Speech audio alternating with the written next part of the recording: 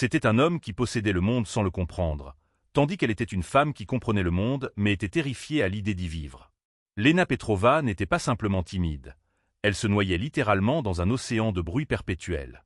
Alors qu'elle servait du café brûlé au café viennois pour le salaire minimum, son esprit était une prison, résonnant du son de chaque langue parlée autour d'elle, non pas comme des mots, mais comme des données brutes et douloureuses. Gabriel Faucon était un homme qui voyait tout comme une transaction, jusqu'à ce que son empire de plusieurs milliards d'euros ne dépende d'une seule conversation qu'il ne pouvait contrôler. Il n'avait pas besoin d'un traducteur, il avait besoin d'un miracle.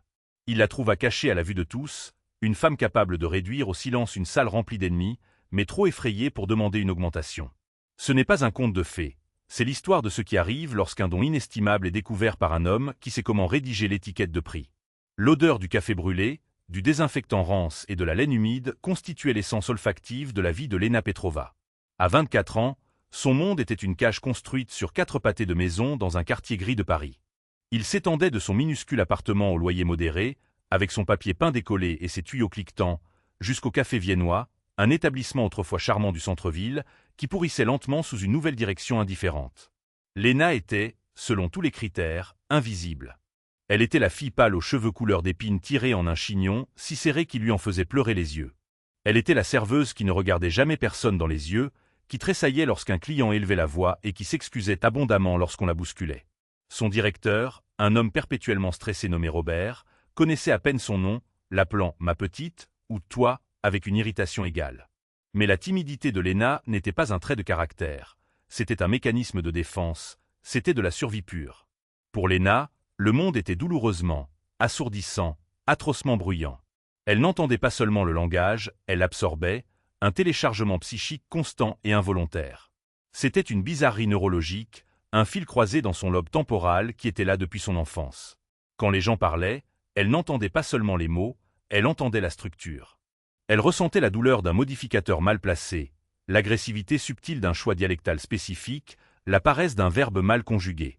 Le café était sa torture quotidienne, c'était un assaut sans filtre. Le personnel de cuisine, 2 frères venus d'Amérique du Sud, se disputait dans un espagnol rapide et négligé, et elle pouvait sentir les consonnes coupées et les voyelles élidées alors qu'ils se chamaillaient sur les listes de préparation, le son raclant son esprit comme une brosse métallique. Les hipsters à la table 4, tout juste revenus d'un semestre à l'étranger, massacraient des phrases en anglais apprises en ligne, leur grammaire pauvre et leurs accents terribles formant un accord dissonant et grinçant dans sa tête. Les courtiers en finance près de la fenêtre criaient dans un jargon si fragile de bravade, si plein de termes vides, que cela ressemblait à de minuscules aiguilles cuisantes.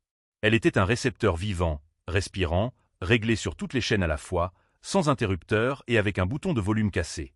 Lena gardait la tête baissée, son volume interne réglé aussi bas que possible, son seul réconfort étant d'essuyer les tables. Cette tâche rythmique et banale qui permettait à son esprit de se taire, se concentrant sur l'acte physique simple d'effacer une trace de café.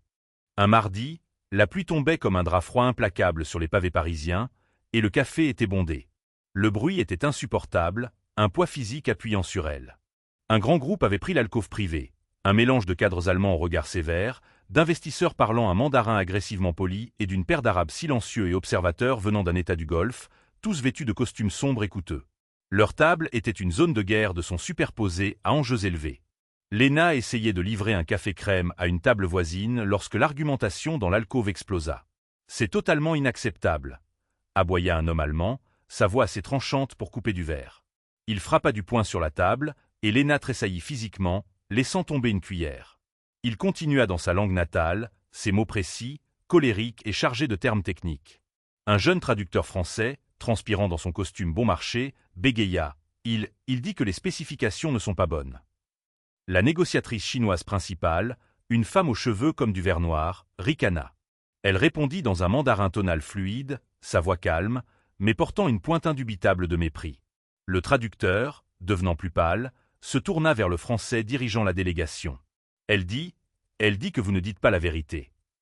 C'était une avalanche d'échecs diplomatiques. L'air crépitait d'hostilité.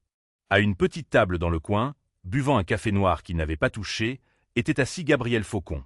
Il ne faisait pas partie du groupe bruyant, mais il les observait avec l'intensité enroulée d'un prédateur. Son visage, qui appartenait à la couverture de Forbes et y figurait fréquemment, semblait sculpté dans le granit. Il regardait sa ligne maritime phare, l'Odyssée, une acquisition de 10 milliards d'euros, partir à volo. C'était la réunion désespérée finale avec le consortium et ses traducteurs à 500 € de l'heure, qui échouaient lamentablement. Ils se noyaient. L'argumentation s'intensifia. Le financier qatari, un homme à l'allure royale qui était resté silencieux, parla enfin. Son arabe était net, tranchant et final. C'était une déclaration courte et vive de renvoi. Le traducteur français regarda simplement dans le vide, la bouche légèrement ouverte. Je ne parle pas arabe, monsieur. Je suis désolé. L'homme qatari se leva, signalant la fin de l'accord. Les Allemands commencèrent à ranger leurs porte-documents. C'était fini. Gabriel Faucon ferma les yeux. Un muscle de sa mâchoire se contracta. Il venait de perdre sa compagnie. Et puis une nouvelle voix coupa à travers le chaos. Elle était petite, fluette et terrifiée.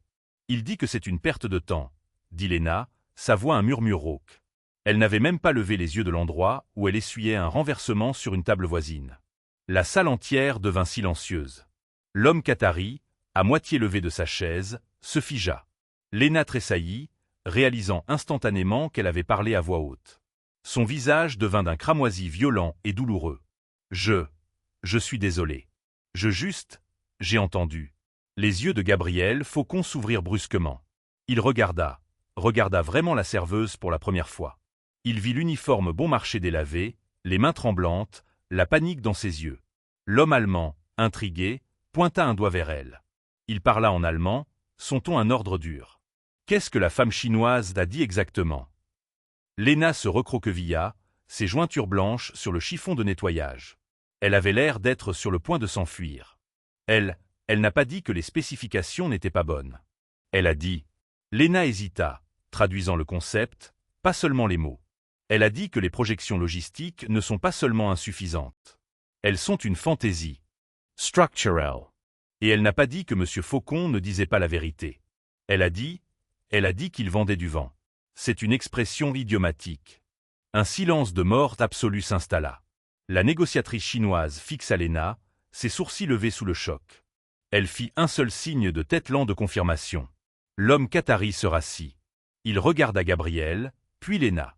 Il parla à nouveau, cette fois dans un flux rapide et complexe d'arabe, un torrent d'objections techniques sur la profondeur du port, le tonnage, le déplacement et les obligations d'assurance. Léna écouta, les yeux fermés pendant une seconde, comme si elle se préparait à un coup physique. Puis, d'un ton monocorde plat et terrifié, elle traduisit parfaitement. Elle traduisit les données techniques. Elle traduisit l'insulte implicite concernant le manque de préparation de Faucon Global, et surtout, elle traduisit la fenêtre de négociation qu'il avait laissée ouverte dans sa clause finale. Gabriel Faucon se leva. Il passa devant sa propre équipe inutile et coûteuse. Il se tint directement devant Léna, qui avait l'air d'être sur le point de s'évanouir. Il ne demanda pas comment. Il ne demanda pas pourquoi. C'était un homme qui reconnaissait une bouée de sauvetage. Il sortit une carte noire américaine Express Centurion de son portefeuille. Elle semblait étrangère sur le sol collant du café. Ma voiture est dehors. Vous venez avec moi. Léna regarda la carte noire, le consortium en colère, son directeur, Robert, qui arrivait en trombe, le visage violet. Et, qu'est-ce qui se passe? Toi, retourne au travail. C'était trop. Le bruit, le regard des hommes puissants, la colère de son patron, le monde qui était toujours trop fort devint finalement un rugissement assourdissant. Les yeux de Léna se révulsèrent et elle fit la seule chose qu'elle pouvait faire. Elle s'évanouit. Léna se réveilla avec l'odeur du cuir cousu à la main et le léger parfum citronné d'une eau de Cologne qui coûtait plus que son revenu annuel. Le silence fut la première chose qu'elle remarqua. C'était un silence profond, feutré, absolu, si profond qu'il était presque un son en soi. Elle était à l'arrière d'une Maybach, glissant à travers Paris. Elle se redressa brusquement, son cœur martelant contre ses côtes. « Oh, qu'est-ce qui s'est passé? Mon service. Vous vous êtes évanoui. » La voix de Gabriel Faucon venait du siège opposé. Il ne la regardait pas. Il faisait défiler son téléphone, son visage illuminé par la lumière bleue froide. « Mon chef de la sécurité, Kylian, vous a amené à la voiture. Vous avez été inconsciente pendant 3 minutes. Vous vous êtes cogné la tête sur la table en tombant. Selon Kylian, vous allez bien. Je dois y retourner, bégaya Léna en frottant sa tempe. Robert va me virer. J'ai besoin d'eux. Vous avez fini là-bas. Il le dit avec une telle finalité que cela resta suspendu dans l'air comme un jugement.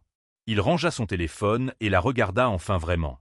Ses yeux étaient d'un gris pâle et perçant, et ils ne contenaient aucune chaleur. C'étaient les yeux d'un homme qui calcule, pas d'un homme qui ressent. Je suis Gabriel Faucon. Ces hommes dans le café étaient sur le point de mettre fin à un accord qui soutient toute ma division logistique.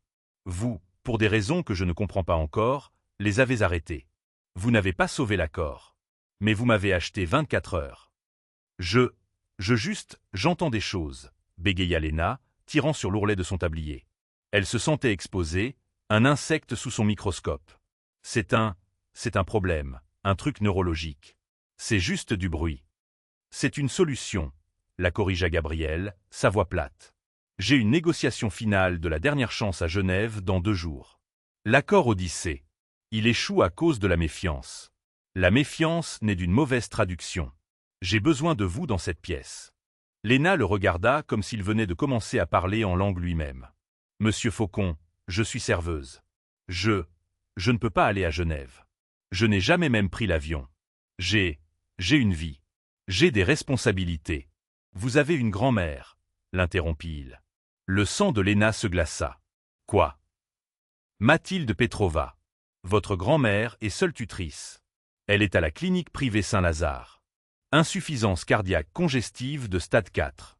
L'essai clinique expérimental sur lequel elle est, celui qui la maintient stable, ma filiale pharmaceutique, Faucon Global Pharma, le finance.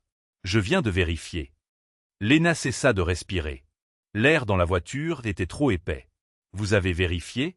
Vous l'avez cherché. Comment avez-vous même? Mon nom. Votre directeur, Robert, hurlait votre nom complet quand vous vous êtes évanoui.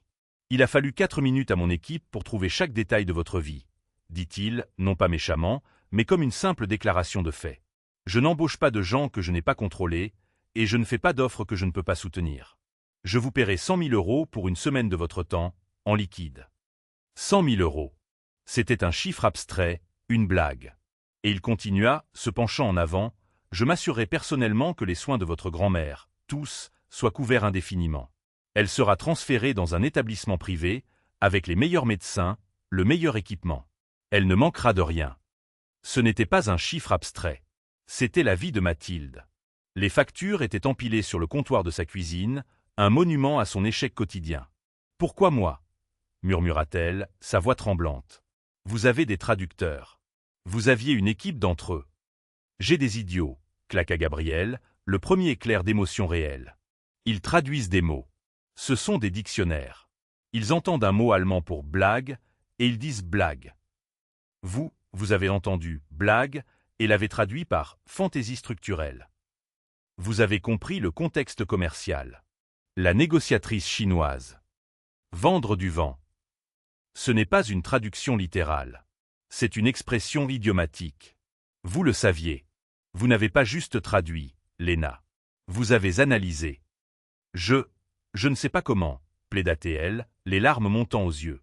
La panique montait à nouveau, les murs de la voiture se refermant sur elle. C'est juste, ça rentre. C'est tellement fort. Je ne suis pas intelligente, monsieur Faucon. C'est juste du bruit. Je répète juste le bruit. S'il vous plaît, je veux juste rentrer chez moi.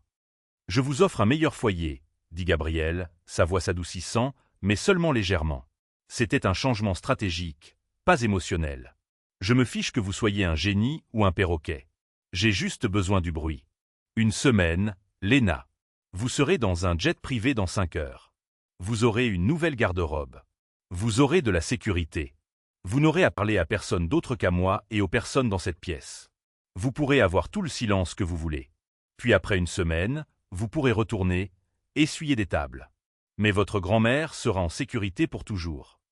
Il lui offrait une cage dorée, mais la cage dans laquelle elle se trouvait actuellement était faite de dettes médicales, d'effroi et du bruit hurlant constant. « Ils vont me regarder », murmura-t-elle, la vieille panique montant, la pensée d'une salle de conférence, de tous ses yeux, toutes ses voix dirigées vers elle. « Ils me regarderont », dit Gabriel, et elle sut que c'était vrai. « Vous n'êtes que l'écho.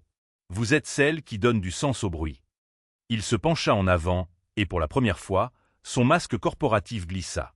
Elle vit le désespoir brut en dessous. Il n'était pas un roi offrant la charité. Il était un roi sur le point d'être mis échec et mat, et elle était la seule pièce qui pouvait le sauver. « S'il vous plaît, Léna, je ne sais pas comment vous faites, et je m'en fiche, mais je ne peux pas perdre cet accord. Léna pensa à la main de Mathilde, parcheminée et fine, serrant la sienne. Elle pensa à l'avis d'expulsion scotché sur la porte de son appartement. Elle pensa au bruit hurlant dans sa tête et au silence feutré béni de ce tombeau relié de cuir. Elle prit une inspiration tremblante. D'accord. J'irai. Gabriel Faucon se rassit, le masque de granit glissant de nouveau en place. Le désespoir disparut, remplacé par une efficacité froide. Bien. Kylian, parla-t-il au chauffeur. Emmène-nous à la boutique Givenchy, avenue Montaigne, puis à l'aéroport du Bourget. Obtiens-lui un passeport. Obtiens-lui tout ce dont elle a besoin. Appelle le service juridique. Je veux un contrat. Il se tourna vers Léna. Bienvenue chez Faucon Global. Genève était un monde de luxe silencieux et lourd. Léna n'avait jamais su que le calme pouvait avoir une texture. La suite de l'hôtel Beau Rivage que Gabriel avait réservé pour elle était plus grande que tout son immeuble. Le tapis était si épais qu'il étouffait ses pas, avalant tout son. L'air était immobile. Les vastes fenêtres du sol au plafond donnaient sur le lac Léman, une nappe de verre gris-bleu placide qui ne semblait même pas bouger. Pendant les premières 24 heures, Léna resta simplement assise sur la chaise longue recouverte de soie, regardant le lac, se délectant du silence. C'était la première fois de sa mémoire que sa tête était calme. Gabriel avait tenu parole. Personne ne lui parlait. Kylian, le chef de la sécurité silencieux, qui semblait avoir été sculpté dans le même granit que son patron, frappait, laissait un plateau de nourriture et disparaissait.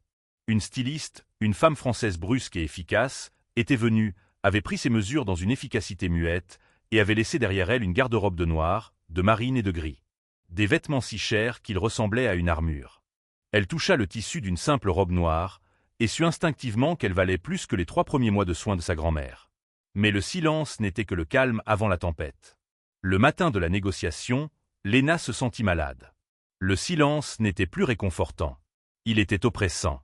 Elle enfila une simple robe Givenchy noire. Le tissu était lourd, réel. Elle se sentait comme une enfant jouant à se déguiser, un fantôme dans les vêtements d'une femme riche. Gabriel la retrouva dans le hall. Lui aussi était en armure, un costume Brioni sur mesure qui irradiait le pouvoir et le coup. Il la regarda de haut en bas, ses yeux analytiques. « Vous avez l'air bien », dit-il, non pas comme un compliment, mais comme une déclaration de fait. « Passons en revue les règles. Vous ne parlez que si on vous adresse la parole.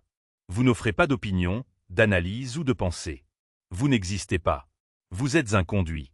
Vous traduisez seulement ce que je dis ou ce que l'autre partie dit. Ni plus, ni moins. Compris.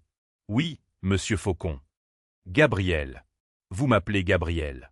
Monsieur Faucon me fait ressembler à mon père. Oui, Gabriel. La salle de conseil était au dernier étage d'une tour de verre, une pièce stérile et froide qui semblait flotter au-dessus de la ville. Le consortium était déjà là. Monsieur Björnsson, un Suédois imposant aux yeux bleu glace et au visage qui semblait avoir été sculpté par un glacier. Madame Taljaber, la financière qatari du café, voilée et semblant impossiblement royale, et leur équipe d'avocats qui avaient tous l'air affamés. La tension dans la pièce était une chose physique, comme la pression avant un orage. Gabriel commença, sa voix calme et forte. « Messieurs, Madame Taljaber, merci pour cela. Je crois que nous pouvons trouver une voie à suivre. » Björnsson le coupa, pas grossièrement, mais avec une autorité absolue. Il commença à parler dans un suédois profond et retentissant. Son ton était ferme, ses mots rapides et formels, et il ne souriait pas. Le traducteur officiel de Gabriel, un homme nerveux de chez Berlitz, que Gabriel avait clairement amené comme accessoire, commença. « Monsieur Björnsson dit qu'ils sont ici par courtoisie, mais il dit. » La voix de Léna coupa, basse et claire. Tous les yeux se braquèrent sur elle. Elle regardait Björnsson, pas Gabriel. Il dit. Nous sommes ici par politesse, monsieur Faucon, mais notre patience est terminée. Vos frais portuaires ne sont pas seulement élevés. Ils sont innégociables. Mais le mot qu'il a utilisé, cela signifie moralement offensant. Il sent que vous le volez. Les yeux bleus froids de Björnsson s'écarquillèrent d'une fraction. Il était surpris par sa fluidité, par sa précision. Il ne s'était pas attendu à la serveuse. Le visage de Gabriel resta impassible, mais il hocha légèrement la tête. Il avait sa nouvelle arme. « Dites-lui, » dit Gabriel, « que Faucon Global a déjà concédé 10% sur les frais de conteneur. C'est plus que juste, et c'est mon offre finale. » Léna se tourna vers Björnsson et le changement se produisit. C'était quelque chose que Gabriel n'avait jamais vu auparavant. La timidité ne s'évapora pas simplement. Elle fut remplacée. Sa posture changea. Ses épaules se redressèrent. Elle regarda Björnsson directement dans les yeux. Et quand elle parla, ce fut dans un suédois formel impeccable. Sa voix avait une nouvelle cadence, une nouvelle confiance. C'était comme si une autre personne beaucoup plus forte portait son corps. Elle délivra le message de Gabriel. Mais elle ne fit pas que traduire. Elle le cadra. Elle utilisa une structure formelle spécifique qui transmettait le respect, pas l'agression, mais aussi une finalité absolue.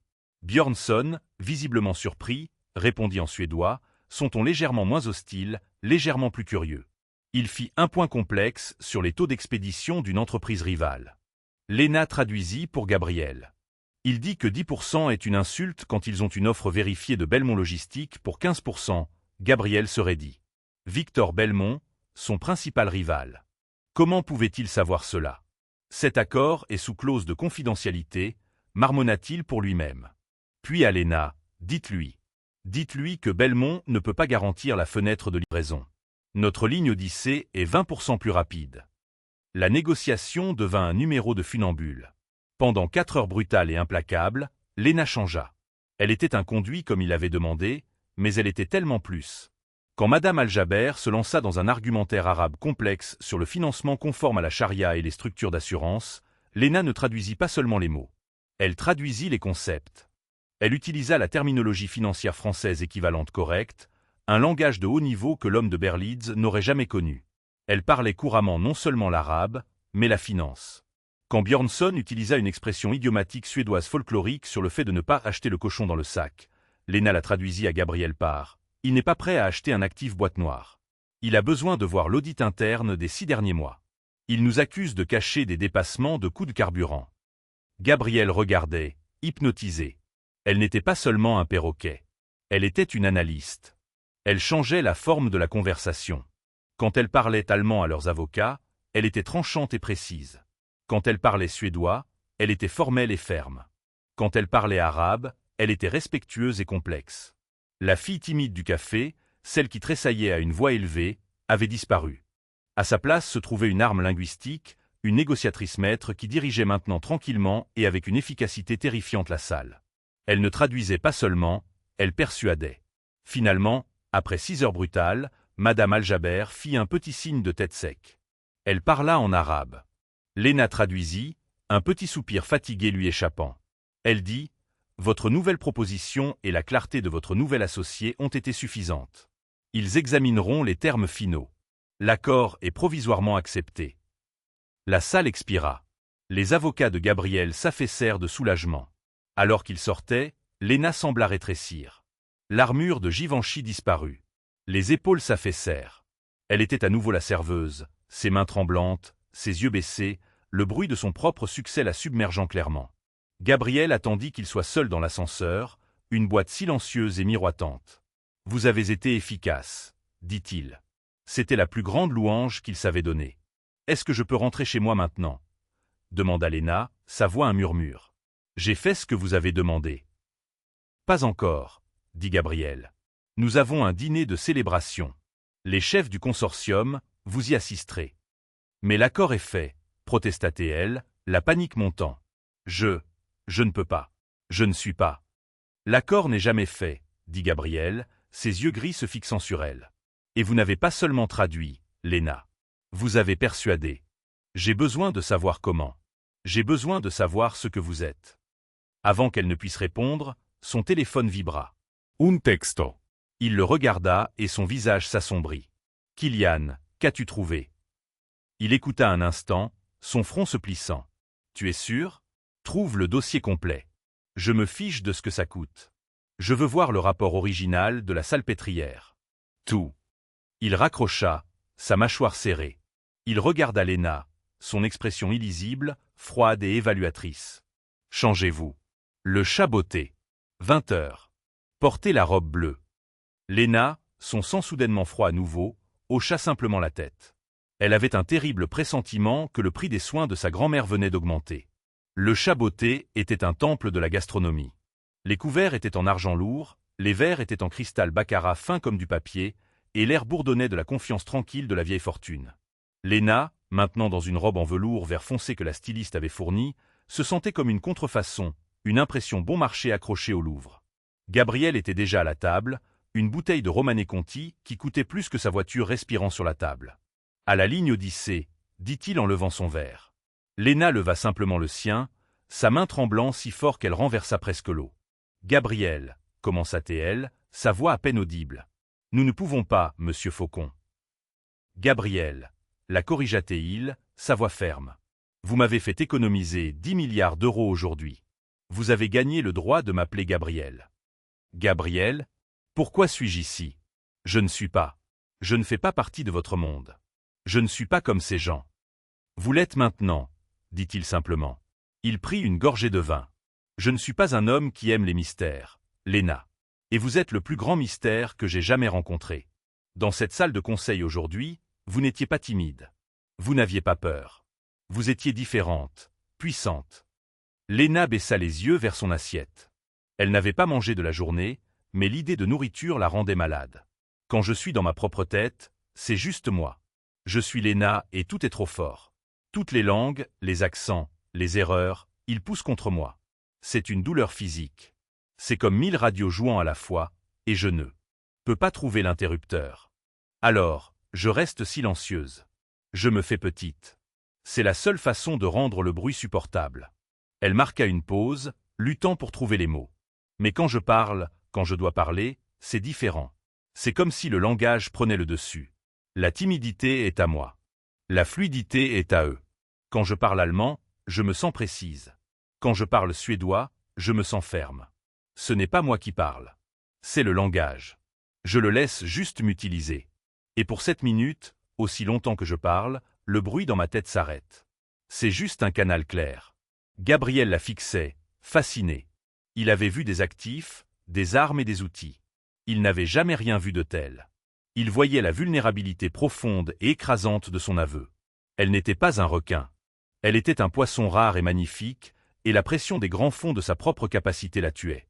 Pour la première fois, il ressentit autre chose que de l'utilité. Il ressentit un picotement étrange et malvenu de culpabilité. « Ce que vous avez fait aujourd'hui, » dit-il, sa voix plus douce qu'elle ne l'avait jamais entendue. C'était brillant. Et je comprends maintenant que cela doit être épuisant. Ça l'est, murmura-t-elle, une larme s'échappant et traçant un chemin silencieux sur sa joue. Juste au moment où ce moment humain fragile s'installait entre eux, une ombre tomba sur la table. Gabriel. Quelle coïncidence. Je pensais t'avoir vu te cacher dans le coin. Léna leva les yeux. L'homme était beau comme une star de cinéma avec une coupe de cheveux gominée et coûteuse et un sourire qui n'atteignait pas ses yeux. Il portait un costume Kiton sur mesure qui semblait avoir été tissé à partir d'ombre. « Victor », dit Gabriel, sa voix chutant de 10 degrés. La chaleur avait disparu, remplacée par de la glace absolue. Victor Belmont. Victor Belmont, PDG de Belmont Logistique, le concurrent le plus impitoyable de Gabriel, l'homme que Björnsson avait mentionné, l'homme qui avait failli coûter sa compagnie à Gabriel. Les yeux de Victor glissèrent de Gabriel à Léna, et son sourire s'élargit, devenant prédateur. « Et qui est-ce, Gabriel? Je ne pensais pas que tu avais une nouvelle consultante. Tu les préfères généralement plus âgées et avec plus d'expérience juridique. » Il jeta quelques billets de 100 francs suisses sur la table. « On part maintenant. »« Quoi? Qu'est-ce que c'était ?» demanda Léna dans la voiture, la robe de velours ressemblant soudain à un linceul. « C'était l'homme que je combats depuis 5 ans, » dit Gabriel, sa mâchoire travaillant. « C'était l'homme qui essaie de débaucher mes clients, voler mes données et ruiner ma vie. Et je viens de lui remettre ma nouvelle arme secrète sur un plateau d'argent. » Il se tourna vers elle, ses yeux froids et évaluateurs une fois de plus. Le bref moment humain au restaurant avait disparu. Le rapport complet de Kylian est arrivé. Le rapport. Votre vérification d'antécédents, Léna. Celle que j'ai lancée quand vous étiez encore inconsciente dans le café. Vous avez fait une vérification sur moi. Je l'ai lancée au moment où vous avez parlé allemand, dit-il, sa voix implacable. Et je l'ai trouvée. Hôpital de la Pitié-Salpêtrière, il y a 19 ans. Un accident de voiture. Vos parents. Léna cessa de respirer. Non. S'il vous plaît, non. Ils étaient linguistes, pressa Gabriel, sa voix clinique comme s'il lisait un dossier. En route pour une conférence universitaire. Vous étiez sur le siège arrière, âgé de 5 ans, un conducteur ivre. Vous étiez la seule survivante. Vous avez été dans le coma pendant 6 semaines. S'il vous plaît, supplia-t-elle, les larmes coulant sur son visage. S'il vous plaît, arrêtez. Vous ne comprenez pas. Oh, je comprends tout, dit-il. Et il y avait une étrange horreur admirative dans sa voix. Ils ont utilisé un traitement expérimental, l'ENA.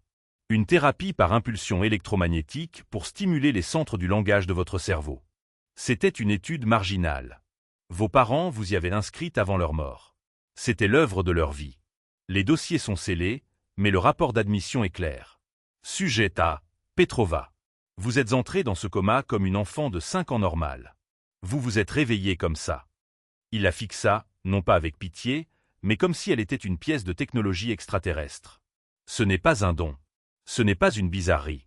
C'est une cicatrice. C'est une procédure médicale. Vous n'êtes pas polyglotte, Lena. Vous êtes une servante linguistique créée par une machine. Mon Dieu, ce n'est pas juste le langage. Vous absorbez les données. C'est comme ça que vous connaissiez les termes financiers, les idiomes. C'est tout juste de l'information. Lena se recroquevilla en boule contre la porte en cuir, un petit son brisé lui échappant. Il avait pris sa seule chose secrète et étrange, la seule partie d'elle qui était à elle, et l'avait épinglée à un dossier médical. Il l'avait définie. Il lui avait donné une étiquette de prix. « Ramenez-moi chez moi », sanglota-t-elle, sa voix à vif. « S'il vous plaît, j'ai fini. Je veux rentrer chez moi. Vous pouvez garder l'argent. Juste, laissez-moi partir. » Gabriel retira sa main. Il avait ce qu'il voulait, le comment. Il comprenait l'actif. Mais alors qu'il regardait la femme pleurer à l'arrière de sa voiture, il réalisa qu'il avait fait une terrible, terrible erreur. Il avait traité une personne comme un puzzle, et Victor Belmont venait de voir la pièce finale. Gabriel ne la ramena pas chez elle. Il l'emmena à New York, mais pas dans sa cage délabrée de 4 pâtés de maison. Il l'installa dans une nouvelle cage, une dorée, un vaste pantoux stérile au mandarin oriental donnant sur Central Park. C'était une autre prison silencieuse des luxueuses à 250 mètres dans le ciel. « Vous ne pouvez pas retourner au café, » dit-il platement, debout près de la vaste fenêtre. « Vous ne pouvez pas retourner à votre appartement. Plus jamais. »« De quoi parlez-vous » dit Lena. Elle n'avait pas cessé de pleurer pendant le vol. Un long voyage silencieux de 8 heures d'humiliation. Belmont aura des gens qui vous surveilleront dans l'heure.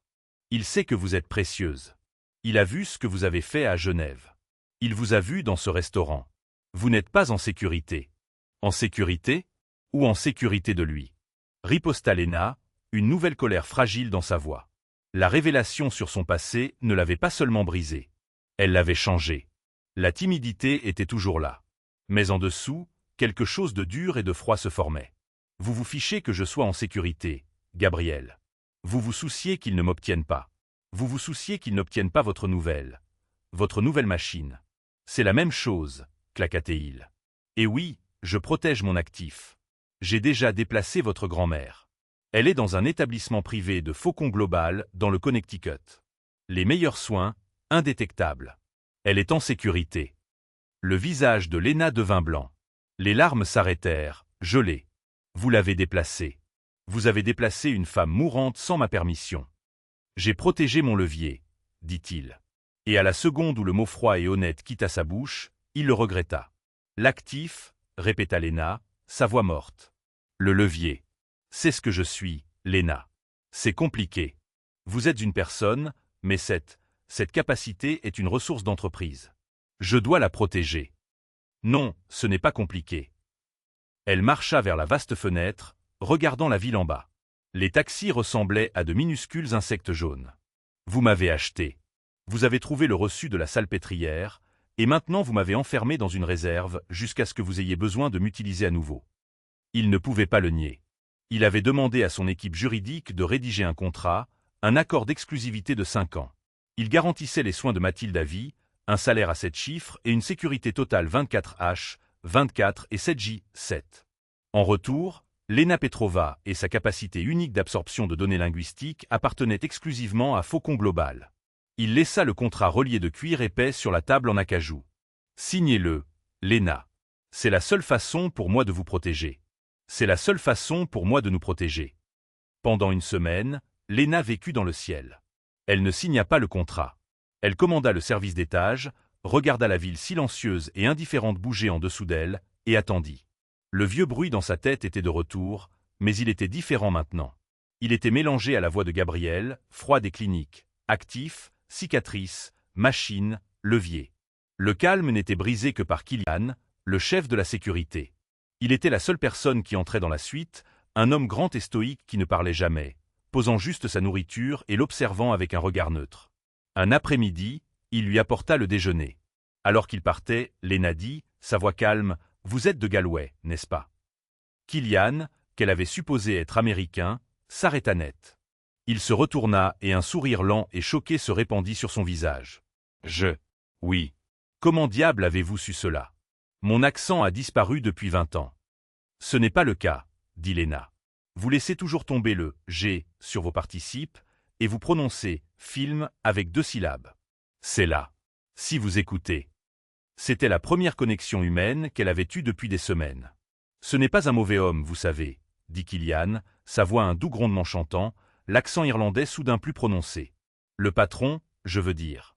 Il est motivé. Il voit le monde entier comme une machine. Il essaie juste de trouver la pièce manquante. Il pense que tout le monde le fait aussi. Et je suis la pièce, » dit Lena, sa voix plate. « Vous êtes la pièce dont il ne savait pas qu'il avait besoin, » répondit Killian, son visage sombre. « Mais vous devez comprendre. Il est terrifié par Belmont. Victor ne veut pas juste gagner. Il veut détruire. Il ne vous utilisera pas seulement. Il vous démontrera pour voir comment vous fonctionnez. Il ne vous verra pas comme une personne, Lena. Il vous verra comme un briseur de code. Il vous mettra dans un laboratoire. » La peur revint, glaciale. Un laboratoire comme la salpêtrière. « Gabriel me met juste dans un laboratoire plus agréable, » murmura-t-elle. « Peut-être, » dit Killian, son visage sombre. « Mais il est le seul qui puisse vous garder hors de celui de Belmont. » Cette nuit-là, Victor Belmont la trouva. Il ne vint pas à l'hôtel. Il était plus intelligent que ça. Une petite tablette cryptée fut livrée à sa chambre, glissée au-delà de la sécurité par un employé de l'hôtel Compromis qui avait été payé 50 000 € pour la placer sur un plateau de service d'étage. Dessus se trouvait un message vidéo. Victor semblant détendu sur un yacht, une mer turquoise derrière lui. « Mademoiselle Petrova. Lena, j'espère que vous appréciez l'hospitalité de Gabriel. Il construit de si belles cages. Je suis sûr qu'il vous a offert un contrat. Je suis sûr qu'il vous protège. » L'écran clignota. Il montra des images de surveillance à l'extérieur de son ancien appartement, à l'extérieur du café viennois. Et puis une photo du nouvel établissement dans le Connecticut. Une photo granuleuse prise au téléobjectif de Mathilde dormant dans un lit d'hôpital. Le cœur de Lena s'arrêta. « Il pense qu'il est malin, » dit la voix off de Victor. « Mais Faucon Global a des fuites. Gabriel utilise votre grand-mère comme levier. C'est classique. Il ne la protège pas. Il la cache de vous. Il la tient en otage. » L'écran changea encore. Un document, le contrat que Gabriel lui avait laissé, mais c'était une version différente. C'était le brouillon interne de l'équipe juridique de Gabriel divulgué par un avocat sur la liste de paix de Victor. Elle zooma. Ses yeux scannèrent le jargon juridique. Son esprit qui absorbait le langage absorbait cela aussi. Le langage de la trahison. Clause 12A. Rétention des actifs. En cas de résiliation du contrat par elle, Petrova, pour quelque raison que ce soit, tous les avantages auxiliaires, y compris, mais sans s'illimiter, les soins médicaux pour M. Petrova seront immédiatement et irrévocablement résiliés. Clause 14. Non-concurrence. Elle. Petrova accepte une non-divulgation et une non-concurrence à vie, l'alliant de tout travail linguistique, personnel ou professionnel, pour toute entité, sans le consentement écrit exprès de Faucon Global. Ce n'était pas un contrat. C'était un acte de propriété, une non-concurrence à vie. Il utilisait la vie de sa grand-mère pour acheter son silence et sa capacité pour toujours. Il la mettait dans une cage et jetait la clé. « Il ne vous protège pas, Lena », ronronna la voix de Victor. « Il vous enterre. Moi, par contre, je veux juste vous voir voler. J'ai une contre-offre. Pas de contrat, pas de cage, juste une opportunité. Le sommet mondial du transport maritime est à Dubaï dans 48 heures. Gabriel a besoin de vous. Il essaie de conclure une nouvelle route de transport d'énergie massive. C'est tout son jeu. Si vous hésitez, si vous lui montrez que l'actif n'est plus sous son contrôle, son accord s'effondre. Toute sa compagnie pourrait suivre. Retrouvez-moi à l'hôtel Armani à Dubaï. J'aurai une nouvelle vie qui vous attendra. Et je déplacerai votre grand-mère quelque part où Gabriel ne pourra jamais la trouver. Le choix est vôtre, ma chère. La cage dorée ou le ciel. » La vidéo se termina. Lena fixa l'écran noir. La trahison était si totale, si absolue, si clinique, qu'elle brûla le reste de sa peur. Elle brûla la timidité. Elle brûla la serveuse. Tout ce qui restait était une rage froide, pure et dure comme le diamant.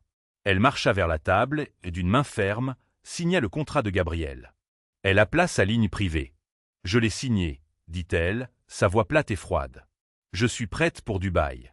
Je suis prête à être efficace. » Le Burj Khalifa était une aiguille, perçant le ciel. Un monument à la richesse impossible. Le sommet se tenait dans une vaste salle de bal opulente, une mer de robes blanches, de costumes sombres et le bourdonnement calme et dangereux du pouvoir mondial. Ce n'était pas un simple accord.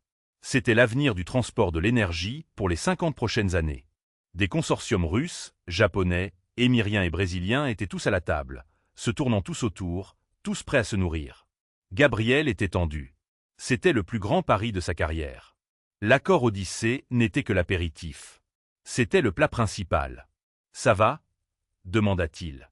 Un rare moment maladroit d'inquiétude. Il vit le nouveau calme froid en elle. « Je suis un actif », répondit Léna, sa voix sans émotion. Elle était de retour dans l'armure Givenchy, une robe bleu foncé qui la rendait sévère et puissante. « Je suis efficace. C'est tout ce qui compte. » Le froid dans sa voix le dérangea, mais il n'avait pas le temps. La réunion commença. C'était le chaos. Pas le chaos bruyant et désordonné du café, mais un chaos poli, brutal et à enjeux élevés. La réunion commença en anglais, la norme mondiale. Mais c'était un désastre. Les nuances s'étaient manquées. La politesse était prise pour un accord. La fermeté était prise pour une insulte. Les Russes, dirigés par un ministre nommé Piotr, étaient impassibles et brusques. Les Japonais, dirigés par un monsieur Watanabe, étaient impénétrablement polis. Les Émiriens, les hôtes, étaient les courtiers du pouvoir. « Monsieur Watanabe, dit Gabriel, ma proposition offre réduction de 20% des coûts de transport de GNL. C'est une offre inégalée. » Watanabe sourit, un petit geste précis, et s'inclina. Il répondit en japonais, une phrase courte et polie. Le traducteur Berlitz de Gabriel dit « Il dit que c'est très intéressant. » Gabriel sourit, soulagé. « Excellent. » Alors nous pouvons. Non, il ne l'a pas dit. La voix de Léna coupa, tranchante et claire. La salle s'arrêta. Gabriel la fixa. Quoi? Il n'a pas dit que c'était intéressant. Il a dit que c'est un objet d'intérêt. Dans les affaires japonaises, c'est un rejet poli et formel. Il dit non, mais il vous permet de sauver la face. Il pense que votre offre est peu sophistiquée. Le sourire de Watanabe ne vacilla pas, mais ses yeux s'aiguisèrent. Il n'avait pas été vu. Piotr le Russe rit, un son bref et aboyant. Il parla dans un russe rapide et guttural, ses mots dédaigneux, désignant Gabriel. Léna traduisit sans perdre le rythme. Il dit « Elle a raison. Vous perdez notre temps, faucon. Vos chiffres sont pour les enfants. » Gabriel perdait le contrôle. L'accord s'effondrait. Il regarda Léna, ses yeux écarquillés et suppliants. « Répare ça. » Léna se leva, et cette fois ce n'était pas le langage qui prenait le dessus. Ce n'était pas la machine. C'était elle. Elle s'adressa à Watanabe dans un japonais formel impeccable, de niveau affaires. Elle ne fit pas que traduire. Elle argumenta. Elle reconnut son point d'intérêt et pivota ensuite en utilisant une tactique de négociation japonaise classique, recadrant l'offre de Gabriel non pas comme une réduction de coûts, mais comme une harmonisation des intérêts mutuels. Elle fit appel à leurs besoins critiques de stabilité de la chaîne d'approvisionnement à long terme, un besoin qu'elle savait, en absorbant le bavardage d'avant-réunion, que Belmont ne pouvait pas combler. Watanabe écouta, la tête penchée. Il ne souriait plus. Il écoutait. Puis elle se tourna vers Piotr en russe dur et précis. Elle contra sa brusquerie. Elle ne s'excusa pas. Elle attaqua. Elle cita des lois maritimes spécifiques de la haie et des analyses de coûts de carburant des propres données internes de Faucon Global. Des données que Gabriel n'avait même pas pensé à utiliser. Elle prouva dans sa propre langue que ses hypothèses étaient dépassées de 10 ans. Les sourcils broussailleux de Piotr sautèrent en l'air. Elle était un tourbillon. Elle passait du japonais au russe, au portugais pour l'équipe brésilienne et à l'arabe pour les autres émiriens. Elle ne traduisait pas seulement. Elle modérait. Elle était le centre de la pièce. Elle dirigeait le flux du pouvoir, anticipant les arguments, désamorçant les conflits et construisant des ponts. Elle prit l'offre maladroite et brutale de Gabriel et la retissa en une tapisserie complexe, belle et irrésistible. Gabriel regardait, stupéfait, dans une admiration silencieuse. Ce n'était pas l'écho. Ce n'était pas le conduit. Ce n'était pas l'actif. C'était le maestro. C'était l'orchestre entier. Après 2 heures, elle avait fait l'impossible. Elle avait forgé un consensus. Les consortiums hochaient la tête. L'accord se faisait. Gabriel était euphorique. Il était triomphant. Il avait gagné. Alors que les ministres commençaient à signer l'accord préliminaire, Gabriel se pencha vers Léna, sa voix basse et étourdie par la victoire, toutes ses peurs oubliées. Je doublerai le contrat. Je le triplerai. Mon Dieu. Léna, vous êtes un miracle. Je suis un actif, finit-elle pour lui, sa voix comme de la glace. Elle se leva. Elle marcha vers l'avant de la salle. Elle prit le microphone. « Excusez-moi, messieurs, dit-elle, sa voix résonnant dans un anglais parfait et sans accent. La salle devint silencieuse. « Qu'est-ce qu'elle fait » siffla Gabriel à Kylian. « Avant que vous ne finalisiez cet accord, dit Léna, ses yeux verrouillés sur Gabriel, vous devriez tous être conscients de la vraie nature de la responsable de la traduction de Faucon Global. » Gabriel devint pâle. « Léna, non. Arrêtez. Je m'appelle Léna Petrova. Je ne suis pas une traductrice. Je suis, comme M. Faucon m'appelle, un actif. Je suis le produit d'une procédure médicale expérimentale. Et je suis ici aujourd'hui parce que M. Faucon tient en otage les soins médico-vitaux de ma grand-mère mourante. » La salle explosa. Des cris de scandale, de déshonneur, de coercition éclatèrent dans 4 langues différentes. « Elle ment. Elle est hystérique !» cria Gabriel en se levant, le visage cendré. « Le suis-je » La voix de Léna était létale.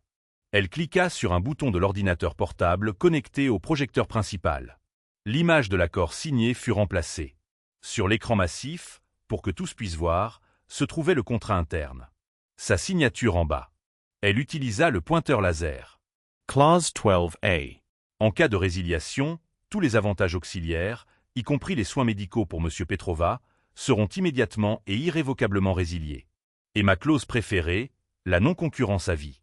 Pas pour les concurrents de Faucon Global, pour tout travail linguistique. Ils ne me protégeaient pas. Ils m'enterraient. Watanabe se leva, son visage un masque de fureur froide. C'est déshonorant, Monsieur Faucon. Nous ne faisons pas affaire avec des hommes qui font commerce de vies humaines. L'accord est annulé. Piotr était déjà au téléphone, probablement avec le Financial Times. L'accord n'était pas juste mort. Il était toxique. La réputation de Gabriel, sa compagnie entière s'évaporait en temps réel. Léna, pourquoi ? S'étrangla Gabriel, son empire s'effondrant autour de lui. Il n'était pas en colère. Il était juste brisé. Je vous ai donné. J'allais. Vous avez pris ma voix, dit-elle, sa propre voix tremblante, mais pas de peur, de rage. Et vous avez mis une étiquette de prix dessus. Vous avez pris ma famille et vous l'avez mise dans une cage. Vous m'avez demandé de traduire, Gabriel. Alors, je traduis. Je traduis ceci. Elle fit un geste vers le contrat sur l'écran. C'est qui vous êtes. Ce sont les petits caractères. Au fond de la salle, près de la sortie, Victor Belmont regardait. Il croisa le regard de Léna. Il sourit et lui fit un petit signe de tête approbateur. Il se dirigeait déjà vers le ministre émirien, la main tendue, un prédateur prêt à ramasser les morceaux de la proie. Léna l'avait fait. Elle avait détruit Gabriel Faucon. Mais alors qu'elle regardait Victor, un homme qu'elle savait être juste un autre type de monstre, s'avançait pour débaucher l'accord. Et alors qu'elle voyait le visage de Gabriel, non pas en colère, mais totalement, complètement et finalement vide, elle ne ressentit pas de triomphe. Elle ne ressentit rien du tout, juste le retour de l'affreux bruit hurlant. Les retombées furent immédiates. Le sommet mondial du transport maritime fut un échec catastrophique pour Faucon Global. L'action plongea de 40% du jour au lendemain. Gabriel faisait face à des enquêtes du conseil d'administration et à des poursuites d'actionnaires. Léna disparut. Victor Belmont, fidèle à sa parole, avait une voiture qui l'attendait. Il l'exfiltra de Dubaï vers une villa privée à Oman. Il déplaça également Mathilde dans une clinique de pointe en Suisse. « Vous êtes une femme libre, Léna », lui dit Victor autour d'une coupe de champagne. « Vous avez fait ce que personne d'autre ne pouvait faire. Vous l'avez brisé. Vous êtes magnifique. » « Qu'en est-il du contrat que j'ai signé ?» demanda Léna, sa voix creuse. Victor rit. « Ça, c'est nul et non avenu. Coercition sous la contrainte. Aucun tribunal ne le maintiendrait. Vous êtes brillante. Maintenant, j'ai un nouveau projet. Une OPA hostile sur une entreprise technologique coréenne. J'ai besoin de votre perspective unique. Léna le regarda. Les mêmes mots, un costume différent, une cage différente. Non, dit-elle. Ne soyez pas naïve. Le sourire de Victor se tendit. Vous avez besoin de moi. Les soins de votre grand-mère sont très chers. Non, dit encore Léna. J'ai juste besoin d'un téléphone. Elle passa un appel à Kylian. Je ne sais pas si vous travaillez toujours pour lui, dit-elle, mais donnez-lui un message. Victor Belmont est au Cheddi à Muscat. Et il vient d'admettre sur bande m'avoir débauché, une employée de Faucon Global sous contrat, pour saboter le sommet de Dubaï. Cela s'appelle une interférence délictuelle. Dites-le à Gabriel. S'il est intelligent, il saura quoi faire. Elle raccrocha et sortit de la villa avec rien d'autre que les vêtements qu'elle portait. 6 mois plus tard, à La Haye, à la Cour pénale internationale. Un jeune témoin rwandais était à la barre, sa voix tremblant alors qu'il parlait en Kinyarwanda, racontant un massacre de village. Le traducteur de la cour luttait, les mots sortant plats. Unifems avança. Si la cour le permet, dit Léna Petrova. Elle se tourna vers le témoin et commença à lui parler dans sa propre langue. Sa voix était douce, empathique. Le témoin pleura et pour la première fois parla vraiment. Léna, ses propres yeux remplis de larmes, se tourna vers les juges.